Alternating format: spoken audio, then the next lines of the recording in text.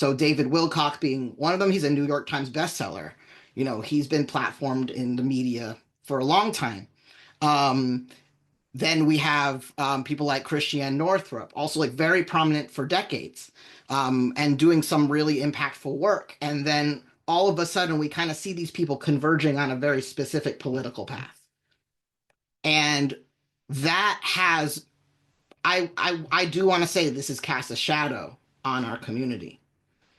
Because of course there are people who align with that and agreed with them the whole time and continue to agree with these quote thought leaders, healers, spiritual leaders, and we'll continue on down that path. That we're now saying that's far right. And the thing with that is that there are so many strands of truth being held within that space. The reason why this movement is so popular is because it has always carried strands of truth. Part of it has been a search for deeper meaning, a search for spiritual growth, knowing that there is a reality beyond this world, that there is truth that's being held back from us, by forces of power. Like we're having truth that's hidden from. That is true. There are so many strands of truth that get carried.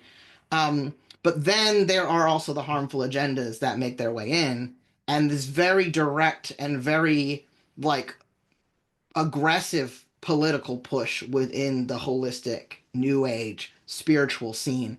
And so we've all been seeing this since 2020, right? And farther back if you were paying attention.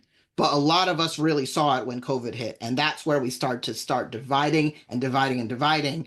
And a lot of the people who had been platformed as the industry leaders are now the people that we want to run away from because their motivations are very clearly politicized in a certain way. And a lot of us are saying, this is not the kind of healing that I want to do. This is not it. This is not it for me.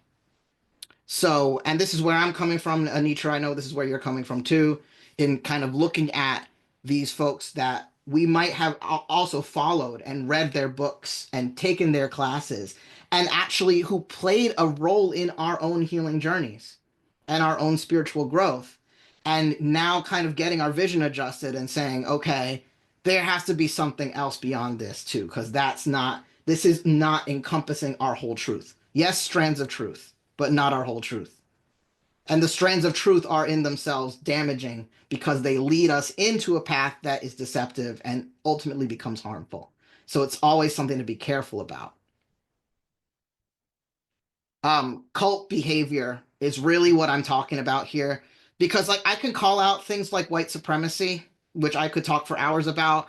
I could call out all of the political aspects of that, any political issue impacted by this healing and new age culture, I could call it out and talk about it.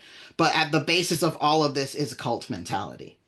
And cult leaders, it's really easy for cult leaders to take up space in these markets, because it's all about needing someone to look to as a leader, as a teacher, to guide us, tell us what to do. I'm lost, I'm confused, I need healing, I'm wounded, can you help me? Guide my path. There's such a demand for that. And the spiritual coaches and the business coaches that we've seen really prominently on the internet, a lot of them encourage cult leader behavior. And they say that's just how you market and sell. If you want to market and sell, that's just what you do. They won't call it cult behavior, or they will. A lot of them actually do. Like Russell Brunson proudly says, you're creating a culture with your marketing. He proudly champions cult behavior. He says it's good marketing, good sales strategy.